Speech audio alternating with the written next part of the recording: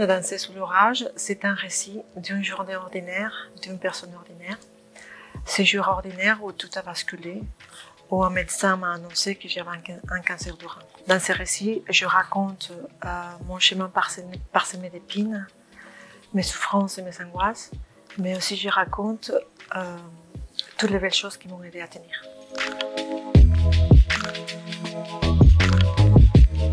Avant que la maladie soit qualifiée de cancer, je suis restée curieusement spectatrice d'une réalité que j'avais du mal à imaginer la mienne.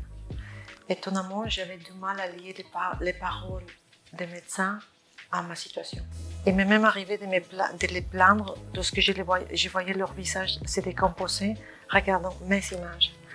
Donc c'était du déni, jusqu'à ce que la douleur arrive et traduise tout ça en réalité et dans ma réalité.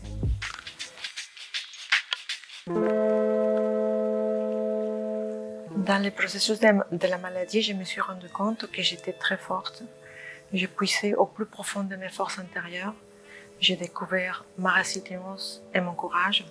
Sont eux qui, avec mon entourage, qui m'ont aidé en premier temps à accepter la maladie, puis à vivre avec et finalement à la combattre. Je pense que c'est dans les moments les plus difficiles, quand j'étais au fond du trou, que j'ai découvert la force qui m'envahit et l'arme que j'avais pour vivre, surtout que j'avais pas le choix. C'est aussi très étonnant, mais dans tous ces processus, ma tête, elle a vraiment pas eu l'impression d'être malade. Et bien qu'au départ, elle a refusé à se plier à un corps malade. Donc je pense que c'est à peu près ce découpage qui m'a aidé à ne pas abandonner.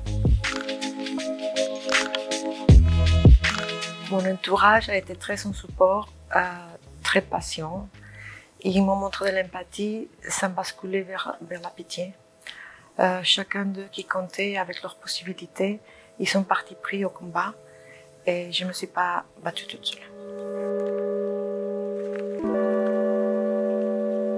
Cette question de maternité, ce n'était pas une question du jour. Absorbée par ma carrière et ma vie professionnelle, je me suis concentrée sur la maladie et les symptômes. C'est quand on m'annonce que je dois suivre un traitement de chimiothérapie qu'une amie me conseille de congeler mes ovocytes, chose que je n'ai pas pu faire parce que les médecins voulaient que je commence les traitements en urgence. Donc après les années de fil, et cette envie de maternité me frappe violemment à la figure. Pendant la maladie, je savais que c'était très dur, mais ça m'a servi d'une source d'inspiration pour sortir de cet tourbillon, pour nettoyer mon cœur et pour pouvoir être prête à un jour donner la vie. J'ai écrit Apprendre à danser sous l'orage pour envoyer un message d'espoir à toutes les personnes qui à cet instant même sont confrontées à un cancer. Bien que théoriquement rien ne nous prépare à toute cette violence, chaque jour, chaque instant de notre vie passée nous y a préparé. Il ne faut pas oublier qui on est, d'où on vient et tout ce qu'on a construit avec la maladie. Il ne faut pas se laisser confiner dans les regards lourds qui sont sur nous. La société est sur nous. Il ne faut pas se laisser confiner dans la pitié, de la maladie. On est surtout et toujours des humains.